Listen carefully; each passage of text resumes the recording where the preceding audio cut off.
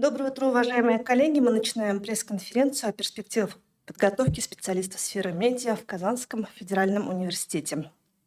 И сегодня наши спикеры декан Высшей школы журналистики и медиакоммуникации КФУ, кандидат социологических наук Леонид Григорьевич Толчинский, также заведующий кафедрой национальных и глобальных медиа КФУ, доктор филологических наук, профессор Васил Загитович Гарифуллин, и Галина Викторовна Морозова, заведующая кафедрой связи с общественностью прикладной политологии КФУ, доктор экономических наук, профессор. Леонид Григорьевич, начнем с вас. Расскажите, пожалуйста, о приеме абитуриентов в нынешнем году. Сколько вообще выпускников у вас было в этом году и трудоустроены ли они? И, естественно, о направлениях приема. Спасибо большое. Прежде всего, хочется выразить вам благодарность за то, что пригласили, потому что для нас не только приятно и важно на этой площадке выступать, присутствовать, но еще и ностальгия такая очень приятная. Спасибо, что подарили эти минуты. Очень приятно здесь быть. Значит, что касается, как вы сказали, выпускников.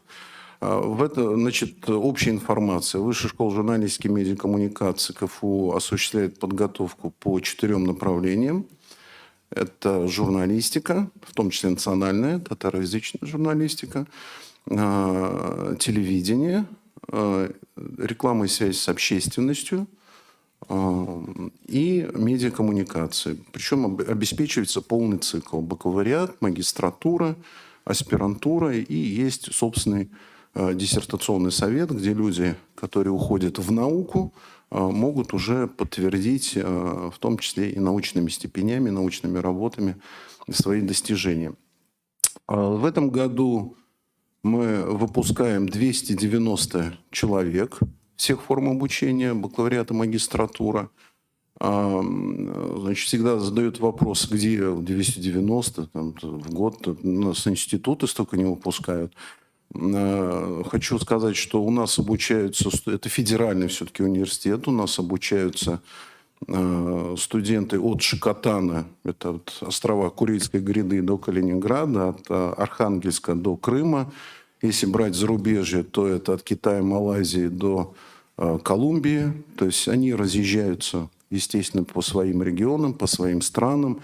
Какая-то часть отправляется в столичный регион. Многие выпускники, особенно кто обучается на национальной журналистике, они уже работают, трудоустроены в редакциях. Кстати, здесь в Татмеде очень многие работают. Я сейчас вручал дипломы, там, около 30 человек, да, татароязычных журналистов, татарских журналистов, они все трудоустроены. Они все трудоустроены, все здесь практически. Процент трудоустройства у нас около 90%. Он один из самых высоких в университете. Но еще раз говорю, это с учетом того, что они уходят в медиапространство по всей территории Российской Федерации и зарубежья. Планы приема у нас, в общем, примерно такие же, как и в прошлом году. Мы надеемся принять где-то 350 студентов, но это с учетом магистратуры тоже, да. Сейчас количество поданных заявлений, ну, тут надо очень аккуратно всегда в цифрах, чтобы у нас не было разночтения, я буду с цифрами аккуратен, потому что кто-то приводит цифры заявлений поданных, а кто-то чистые цифры абитуриентов. Заявления подают сейчас, знаете, как на бюджеты, на контракт одновременно на телевидение, на журналистику, на рекламу связи с общественностью, медиакоммуникацию. То есть он в нескольких местах сразу фигурирует, и заявлений получается вообще огромная масса. Если брать чистых вот, абитуриентов, кандидатов, то сегодня на этот час это около 2000 было сегодня с утра, я смотрел. Я думаю, цифра уже перевалила, потому что идет постоянный прием, он будет идти еще до 20-х чисел. Это соответствует примерно тому темпу, как было в прошлом году. Так что я думаю, что все планы приема будут не просто выполнены у нас, а, как традиционно это бывает, перевыполнены. Еще раз говорю, ну, вот 2000 на 350 – это уже достаточно большая конкурсная масса. Бюджетных мест не очень много, поэтому, если говорить о проходных баллах по бюджету, они, как правило, очень высокие. Если брать рекламу связи с общественностью, то это всегда около 300 баллов. То есть это Там 100-бальники присутствуют, превалируют. И примерно 290-285 – это телевидение и журналистика. Тоже очень высокие баллы. Ну, вот это общая информация, если устроить. Если будут вопросы, конечно, можно детализировать. И, Леонид Григорьевич, я не могу не задать вам еще один вопрос. Как человек, все-таки проработавший огромное количество лет в сфере медиа, вообще о трендах развития, о перспективах развития нашей профессии. Ваш взгляд, вот, ну, какие... Это такой глобальный вопрос. Про это надо и пресс-конференцию проводить. Такие большие круглые столы, дискуссии. Это безусловно. Ну вот коротко, допустим, ваше видение, вот, предположим, через 5 лет. Ну, очевидный тренд, просто очевидный, о котором сейчас все говорят. Мы, кстати, об этом говорили уже несколько лет. Сейчас в силу вот специфической ситуации, которая складывается, об этом уже только ленивый не говорит, это цифровизация, максимальная цифровизация, это необходимость подкрепления всех знаний в области традиционной журналистики, в области традиционных технологий работы с общественностью, связи с общественностью, подкрепление их IT-знаниями, знаниями в области современных передовых IT-технологий. Это очевидный тренд на то, что расширяется число платформ, медийных платформ, цифровых прежде всего. Это не значит, что другие умирают. Это значит, что усиливается конкуренция, и платформы потихоньку селектируются. Да? То есть каждая начинает работать и на свой сегмент, и выполнять определенную свою миссию, которую ранее традиционно как бы выполняли традиционные СМИ. С этим надо смириться, с этим не надо воевать, надо просто более активно понимать, где постоянно понимать, совершенствовать свой профессионализм, где, как, каким образом все новые платформы, все новые цифровые решения могут быть тебе в помощь, а не в наказание. Вот. Так что общий тренд туда, в цифру, в высокие технологии, в киберпространство. Вот это если очень прям коротко, совсем не напрягаясь. У нас есть целые циклы дискуссий, которые мы проводим, научно-практических, кстати, практиков приглашаем. Это медиапотребление в обществе 5.0, совершенно новое вообще видение того, каким образом будет происходить медиапотребление, а следовательно, как должны меняться те, кто для этого потребления изготавливают продукты, да, контент. То есть мы должны как меняться. Поэтому очень хороший вопрос, очень выдающийся вопрос. Я думаю, что если мы будем чаще встречаться здесь, на других площадках, то мы вместе определим и ответы на него более четкие. Спасибо. И еще в нынешнем году исполняется 60 лет образования, вообще 60 лет истории журналистского образования в Казанском университете. Возможно, какие-то мероприятия планируются к проведению, что уже проведено по случаю юбилейных этих событий. Да, к вам. К вам. Ну да, действительно, 60. Хотя я всегда подчеркиваю, вот когда мы встречаемся, и я вижу даже... Да, это, по-моему, все студенты, да? Кто-то журфак не закончил, так вот, может руку поднять, это, по-моему, таких нет. Значит, всегда встречаясь с студентами, с абитуриентами, с коллегами, говорю, что вообще Казанский университет с 1804 года занимается подготовкой специалистов в области словесности, изящества работы со словом. Ну, студент номер 1 Аксаков в Казанском императорском университете. Куда уж аргумент сильнее. Но вот официально оформился журфак как факультет, который готовит целенаправленно, профессионально, системно людей для медиапространства, журналистики 60 лет назад. В этом году такая юбилейная дата. Мы ее начали, начали отмечать чуть позже, потому что еще полгода нас пандемия мучила. Мы не понимали, в масках или без. Вот, наконец, маски сброшены, все наши лица открыты. И мы уже провели сейчас в мае первое мероприятие. Это медиа-неделя, большая медиа-вик. Огромное количество, я думаю, Галина Викторовна сейчас отдельно про это скажет, мероприятий и плановых, и в связи с, в том числе, юбилеем, они приобретают там свои оттенки, акценты несут. Проводит кафедра связи с общественностью и прикладной политологии. Все совместно мы провели вот медиавик. Она началась, кстати, с выставки медиа-династий, журналистских династий, которые любезно разместил на площадке КФУ Татмедиа. Далее у нас там проходили дискуссии, как раз связанные с трендами развития медиа, видеомосты Казань-Москва Артек, где молодые медийщики, юные, собираются. Сейчас это мощные совершенно движения, которые организованы под эгидой федерального центра.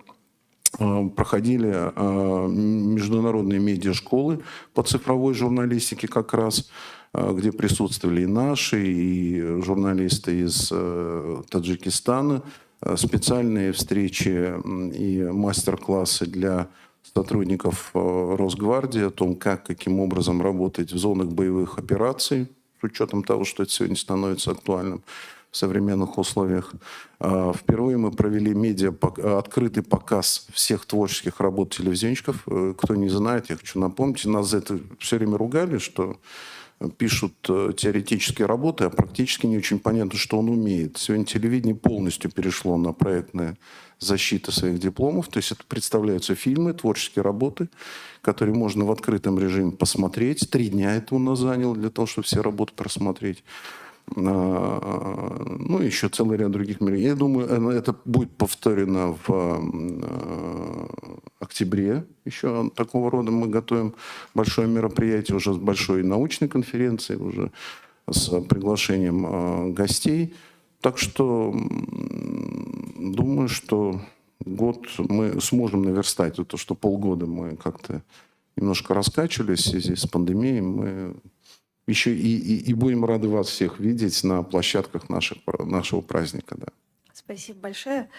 Васил Закитович, Татар журналистикасы бөлігі хақында да сөйлеп өзіңіз биыл неше кіші әлегі бөлікні тамамлады һәм қайсы юнәлешләр бойынша қабыл итү бара абитуриентлар, буласы студентлар қайсы яклардан килә? Рахмет. Во-первых, благодарю за предоставленную возможность присутствовать здесь, пообщаться с коллегами. Татар журналистикасы кадрлары әзірлеу, милли кадрлар әзірлеу шулай 60 жылдық бай традицияларға ие. Біздің бірінші шығарылыш 1965 жылда болған. Һәм әлі 65 жылда тәмамлаған кішілер арасында бүгін де журналистикада эшләүчеләр бар. Шуларның берсе, мәсәлән, мен дигел горурланып искә алам, ул Татарстан дәүләт компаниясында эшләүче Тафик Камартинович Сагитов окончил в 1965 году. То есть вот, первый выпуск сегодня еще продолжает работать в области практической журналистики. Һәм менә шул чор эчендә бик күп кадрлар әзерләнде, һәм бу эш бүген дә дәвам итә.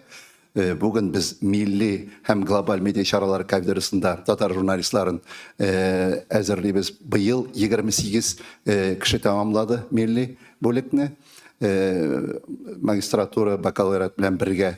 Һәм шунысын әйтеп, аларның менә яртысыннан артыгы 16 кеше кызыл диплом алды. Из 28 выпускников отделения татарской журналистики 16 нынче получили красные дипломы. И вот дневное отделение, у нас большинство, почти вся группа с красным дипломом завершила обучение. Это целевая подготовка была совместно с агентством Татмедиа и телерадиокомпании «Татарстан. Новый век». Все они пошли работать вот на свои места, уже сегодня трудятся, работают в своих редакциях. Һәм менә бу эш безнең өчен бик кызыклы тәҗрибә булды. Максатчан рәвештә кадрлар әзерләү һәм алар югары нәтиҗә күрсәттеләр. Редакцияларда аларның эшеннән бик канәгать.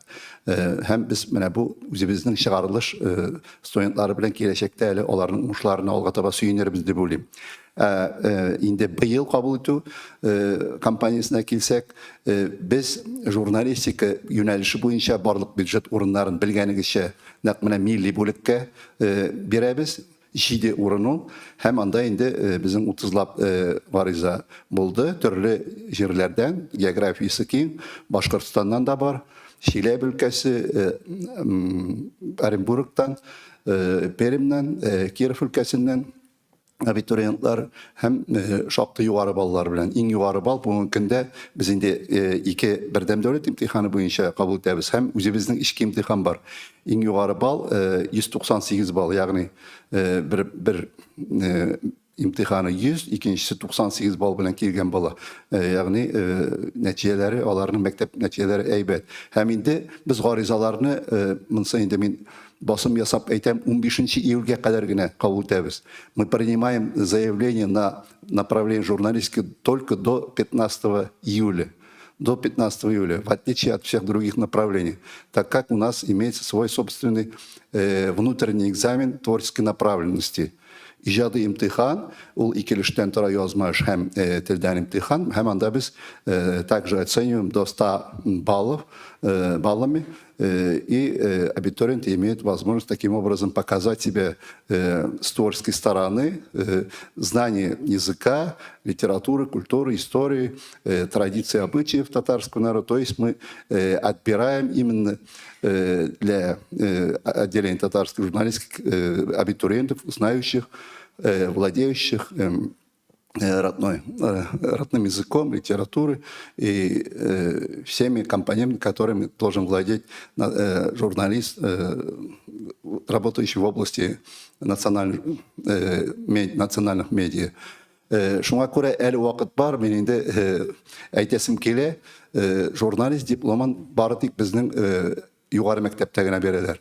Диплом журналиста в Казанском университете можно получить только в Высшей школе журналистики и медиакоммуникации. Это я подчеркиваю.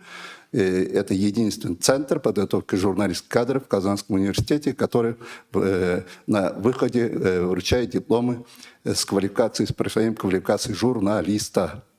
Поэтому приглашаем и абитуриентов, и до 15 числа ждем заявления и надеемся на хорошее пополнение наших рядов. Рахмат. Бекзат рахмат сізге. Галина Викторовна, поделитесь, пожалуйста, контрольными цифрами приема также и на вашу кафедру. И вот Леонид Григорьевич сказал про прошедшую еще в мае нынешнего года PR Media Week. Про это мероприятие. Я там сама принимала участие, действительно, там огромное количество студентов и очень высококлассные спикеры были приглашены. Про это мероприятие тоже, пожалуйста, коротко. Спасибо большое за приглашение, за возможность рассказать о тех специалистах, которые мы готовим для медийной среды сегодня, для обеспечения связи с общественностью, для становления гражданского общества. Кафедра наша скоро будет отмечать свой юбилей 20-летний. Мы сегодня обеспечиваем обучение где-то порядка 870 у нас студентов, практически все контрактные формы. И на эти 800 с лишним студентов у нас примерно 39 или 39, по-моему, точно, только это бюджет, все остальное контрактники. Готовим по двум направлениям. Второе направление мы открыли недавно по медиакоммуникациям, потому что это был ответ на спрос на рынке труда. И сегодня мы сделали 3-й выпуск.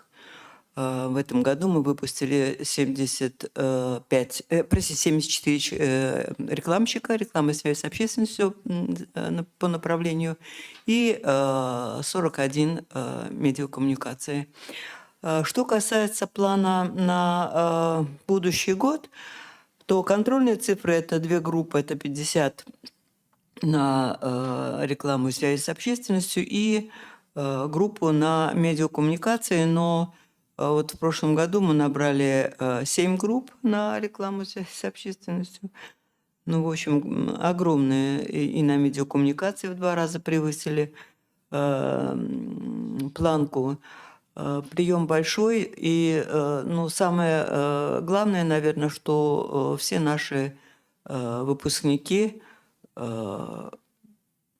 устраиваются, и со 2-го, с 3-го курса они практически все работают, и потом уже только их переманивают там из агентства в агентство, они там ищут, где побольше платят или там креатива больше. Ну, в общем, вот такая подготовка. Но я хотела сказать, что мы не только в течение 20 лет начали подготовку вот этих кадров. Мы начали специализацию еще в рамках специалитета по политологии по направлению прикладная политология. И как только министерство, наш учредитель, открыло подготовку с отдельным направлением связи с общественностью, мы вот тут же начали уже в рамках специалитета только связи с общественностью. Вот до сегодняшнего дня мы готовим. Это, в общем-то, вот такая подготовка, она была ответом на спрос общества на специалистов такого рода, которые будут обеспечивать коммуникацию, взаимодействие различных социальных структур, политических и социальных, власти и общества. И вот то, что мы начали эту подготовку в Казанском университете, ну, это, наверное, был такой правильный шаг. Сегодня мы развиваемся вместе. 5 лет назад была создана высшая школа журналистики и медиакоммуникации в Казанском университете, и теперь вот мы вместе работаем. Причем одними из первых, по-моему, только в Санкт-Петербургском университете высшая школа медиа, там она у них называется высшая школа медиакоммуникаций, и еще там как-то. И вот мы вторые. Что касается мероприятий, вот 8 лет назад мы начали то мероприятие, о котором вы говорите. Сегодня это к нам съезжается на Russian PR Week. Весной мы его проводим, съезжаются наши выпускники, студенты из других вузов со всех концов России. Вот вы видели, у нас в этом году было порядка 800 человек. Участвовало 4 дня, и мы этим мероприятием завершили медиа-неделю в Казанском университете. Спасибо вам большое, уважаемые коллеги. Переходим к вашим вопросам. Татаринформ. Сәмісіз, Татаринформ Рифат Каюмов. Васил Загидович, әтігіші, сіз жеде кіші бюджет орнына қабыл етәбіз дедіңіз. Төлеулі орындар бар ма, алар көп ме?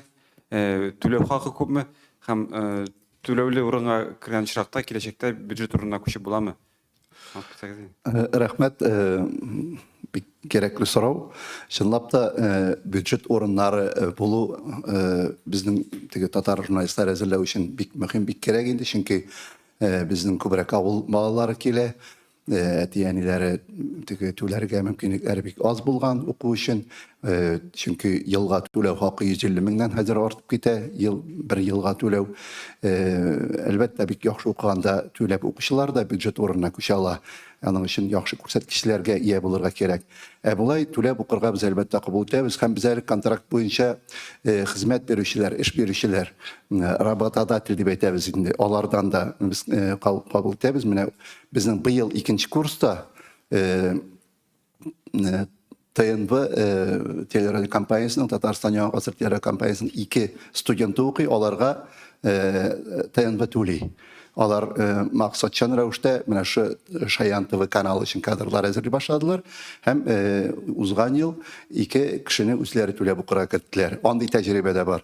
Әлбәттә, әти-әниләр дә түли инде. Безнең калган бүлекләрдә, калган профильләрдә гел түләп укыйлар. У нас по направлению журналистика имеется 2 профиля. Первый — это мультимедийная журналистика, где мы готовим русскоязычных журналистов. Там тоже довольно большое количество уже заявлений. Кстати, я сегодня посмотрел еще раз цифры. Больше 30 заявлений из Китайской Народной Республики вот на этот профиль. То есть это набирается у нас целая группа из китайских студентов, получается. Магистратура то же самое, очень много из Китайской Народной Республики, но есть заявления из Туркменистана, Узбекистана, вот на бакалавриате еще забыл сказать, из Колумбии есть, из Индонезии. И в этом году у нас были выпускники из этих стран. То есть вот этот профиль мультимедийная журналистика, это направлено на подготовку современных журналистов, работающих в сфере русскоязычной журналистики. А второй профиль – это новые национальные медиа, медиа шаралары, профили. Это подготовка татароязычных журналистов. Поэтому кто идет на именно национальную журналистику, должны подавать заявление на профиль новые национальные медиа. Туда мы тоже намерены набрать одну группу. Вообще на мультимедийную журналистику 50 человек в этом году намерены набрать по плану, а на новую национальную медиа 25, то есть 75 человек. Но обычно получается больше. Мы перевыполняем план, приходится идти навстречу абитуриентам и, наверное, наберем где-то 80-90 человек на направление журналистика. Еще Спасибо. вопросы, пожалуйста. Алина Красильникова, Универ ТВ. У меня вопрос к Леониду Григорьевичу скорее. На кафедре телепроизводства и цифровых коммуникаций появилось новое направление медиа-инжиниринг, диджитал-медиа, цифровое видеопроизводство. Скажите, в связи с чем появилось это направление? Потому что мне известно, что до этого было мастерство телеведущего. Почему это направление ушло, пришло это, и какие нововведения, возможно, там есть? Спасибо. Спасибо. Ну, это вот как раз продолжение того вопроса, который вы задавали. Это, видите, медиа-инженер. Мы начинаем в этом смысле немного экспериментировать. То есть мы понимаем, что сегодня нельзя сказать, что вот здесь заканчивается телевидение, вот здесь начинается некая чистая цивильная журналистика, а вот здесь технологии, скажем, применяемые искусство в области, скажем, связи с общественностью пригодятся, а здесь нет. Да? Слишком сильно переплетаются очень многие составляющие компетенции из разных областей знания медиаведения так или иначе востребованы сегодня в практиках. И поэтому речь надо вести уже о каком-то таком целевом, плановом, системном подходе в работе в медиа. Такой медиа-инжиниринг. Да, вот отсюда возникает понятие.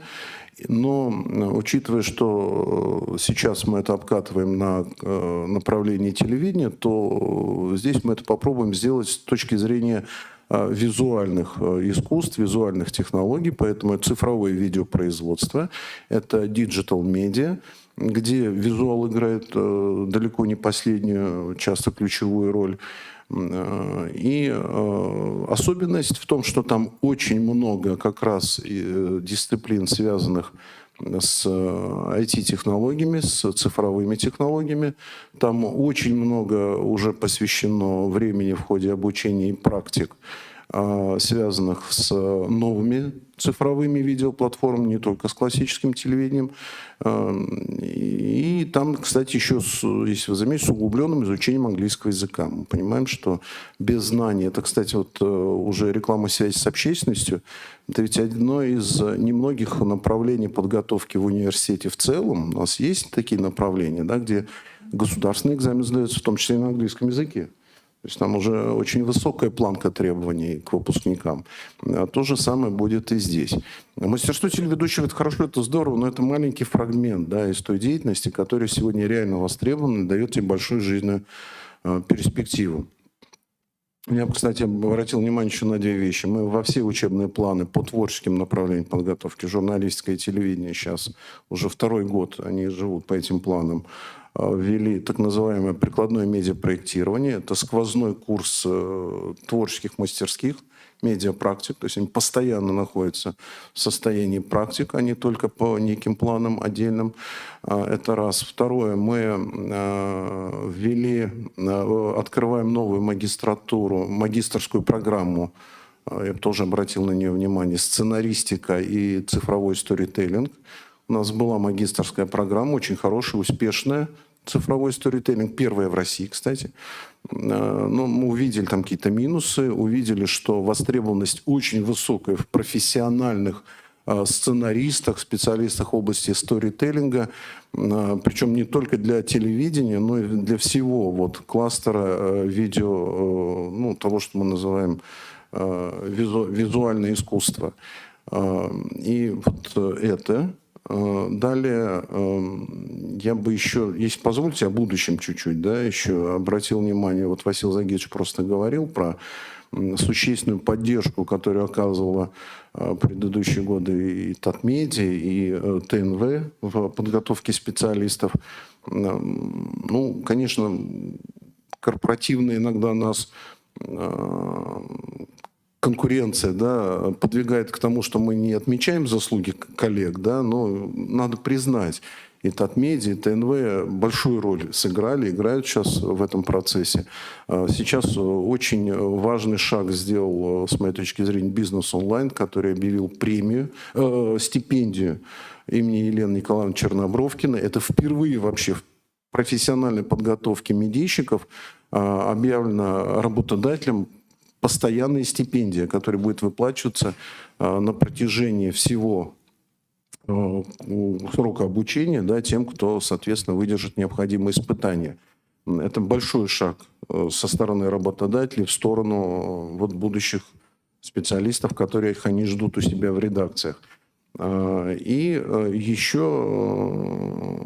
один значимый момент, который нас ждет, это открытие направление подготовки журналистики в Джизакском филиале Казанского федерального университета, то есть в Узбекистане. Это в Узбекистане, то есть мы выходим туда за пределы.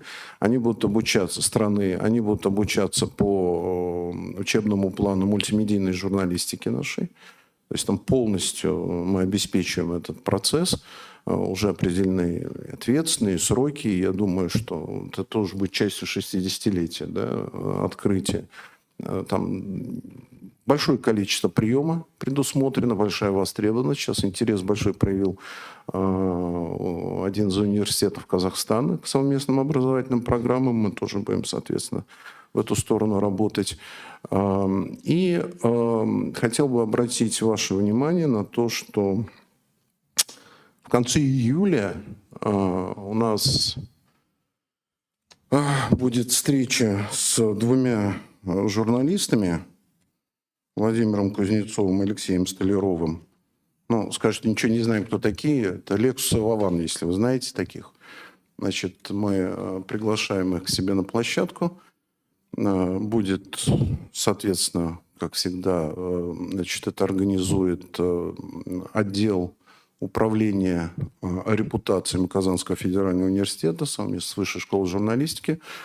Такая большая встреча, которая будет знаменовать еще и открытие соответствующей лаборатории, занимающейся как раз вот то, о чем, опять же, вы спрашивали, новыми форматами работы медиа в условиях гибридных и, в общем, и совсем не гибридных даже войн, да, информационных войн. Информационных, прежде всего, нас это интересует. Это и кибер, это дата-журналистика, это пранк.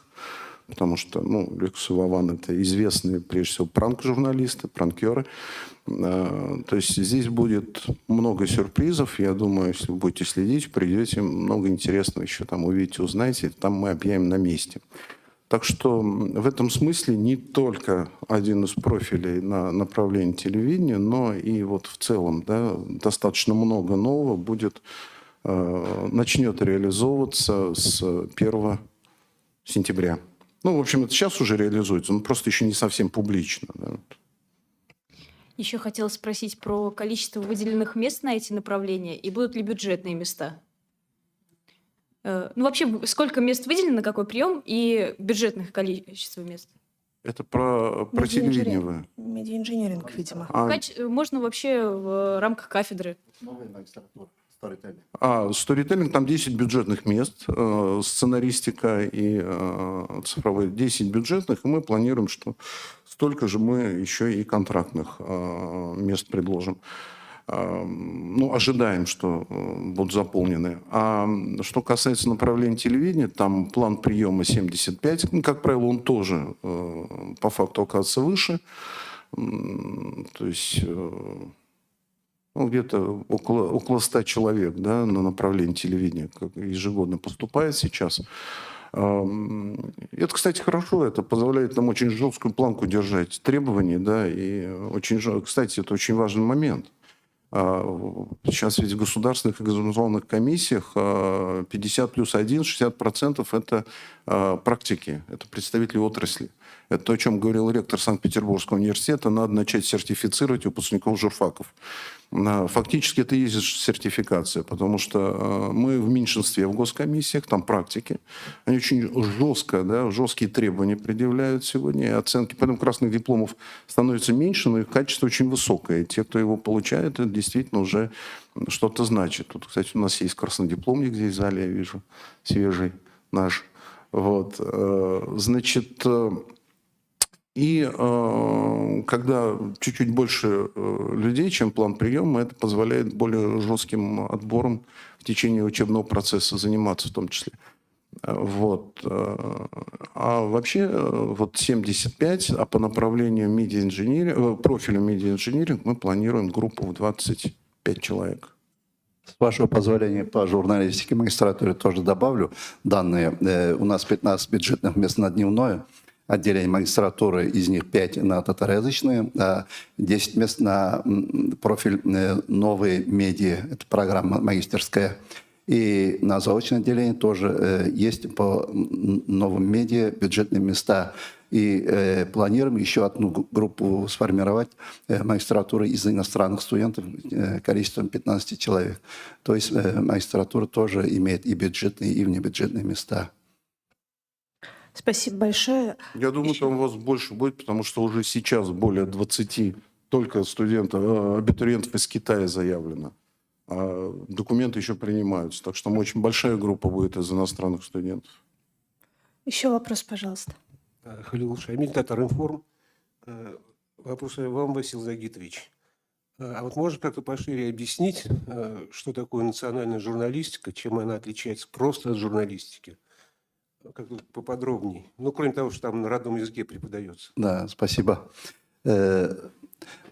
Вот профиль по национальной журналистике, конечно, подразумевает обучение всем тем предметам, которые прописаны в стандарте подготовки журналистских кадров, именно по направлению журналистского выработанного у нас в Российской Федерации. Но дополнительно здесь имеются свои профильные предметы. Это и история Татарстана, история татарского народа. Это, естественно, язык в профессиональной сфере, татарский язык в профессиональной сфере. Это стилистика, это редактирование на татарском языке, это риторика. То есть вот эти все предметы, которые касаются речи. Это татарская литература, история татарской литературы. Предметы, которые связаны с культурой татарского народа. Но очень важная часть для нас, то есть это специальные предметы по журналистике, они ведутся на татарском языке. То есть и по теории журналистики, и по истории журналистики, в том числе и татарской журналистики, по мастерству журналистики, методам, приемам, форматам журналистики. Тот же предмет медиапроектирования, сквозной предмет, который ведется в течение всех лет обучения, тоже на татарском языке. Они пишут и проходят практику в татароязычных медиаресурсах. Они делают свои проекты на татарском языке. Они пишут курсовые работы, научные работы и защищаются на татарском языке. Они пишут выпускные дипломные проекты тоже на родном языке. То есть все это связано именно с татарской медиасферой, и они уже, начиная с первых лет обучения, они живут именно татарской журналистикой, можно сказать, в рамках этого профиля. Рахмет. Шошоқ теманы давам етіп, мына қазір жоғары оқу орындарынан татар тілі қуып шығарылды. Әйтпесе пікірлер бар бет. Мына көріп тұрам, татар журналистика сән жоғары білім бересіз татар тілінде. Оқытушылар жетерлікме? Татар тіліне білім беруші һәм кімдер оқыта? Бұл мүмкін де татар балалар.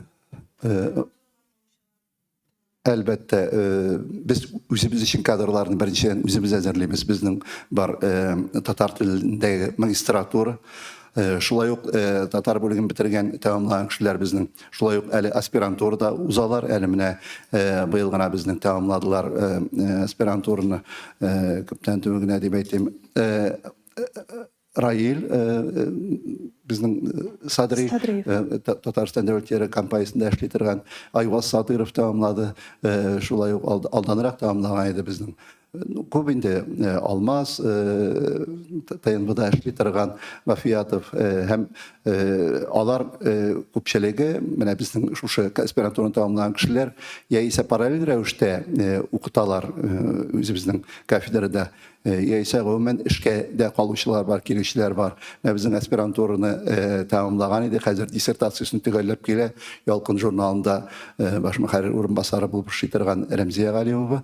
Ул үзенең диссертациясында нәкъ менә шушы татар медиа чараларын яңа форматларда күчерү белән бәйле.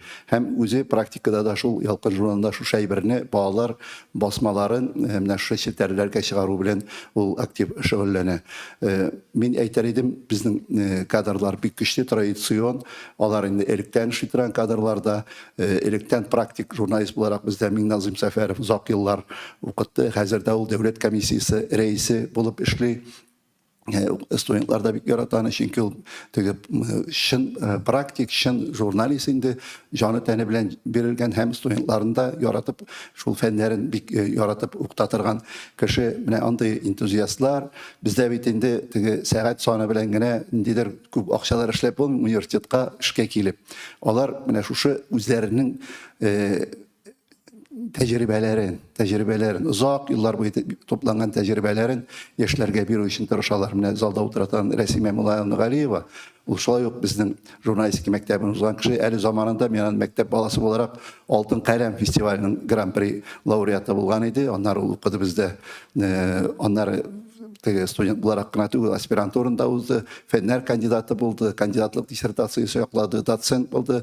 Бер вакытта шәһри Казан газетасында да эшли, һәм бездә инде бик яратып укыта, студентлар да ярата, медиа проектлар эшлиләр алар студентлар белән. Шундай практик тәҗрибәләрен бик яратып бирә торган энтузиаст укытучылар, коллегаларыбыз бар, һәм аларга без бик рәхмәтле. Тагын сорауларыгыз? Hayırlı gün. Sizge sorudur indi min soru bilmekçiydim. Mine bu total içtimai siyasi jurnalistikası boyunca yaڭadan. Bu bizim magistraturga kimler kile? Ham yaڭadan bir qat aytıq neçe büyüt orunu var. Магистратура, она, если позвольте, отвечу на русском, магистратура она тем и хороша, что в ней могут обучаться люди из других направлений бакалавриата.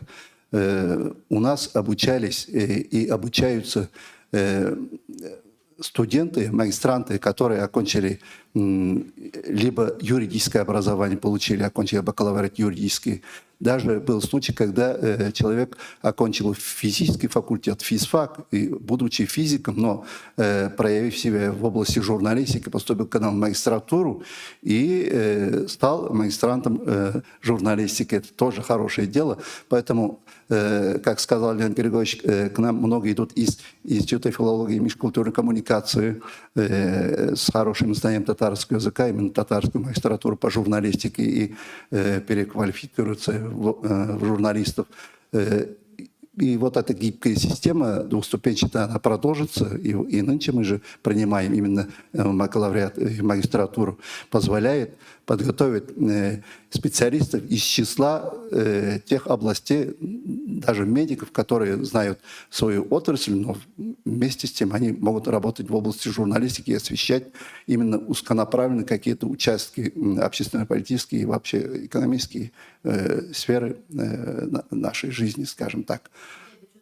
Бюджет орыннары 5 орын, татар ijtimai siyasi журналистикасына можем принять опять-таки на коммерческое обучение тоже. Можно несколько слов мне тоже добавить по магистратуре. Вот мы открыли 2 программы по журналистике, хотя на нашей кафедре, но выполняем эти программы совместно. Одна называется «Политическая проблематика». то есть готовит магистров, специализирующихся, скажем, политические обозреватели, политические аналитики на политической сфере. Да? А вторая программа спортивная журналистика. Вот, готовят комментаторов в спортивной сфере. И у нас еще есть магистерская программа медиааналитика. Эта программа связана с методологией, методикой медиаисследований, с проведением такого рода работ специалистов. То есть магистерская программа – это программа, которая как бы завершает высшее образование. Да? Это вторая ступень Болонской системы. И более того, мы еще готовим кадры, вот Леонид Григорьевич говорил об этом, кадры высшей квалификации в медиасфере. И у нас в прошлом году было 2 защиты. Одна докторская на степень доктор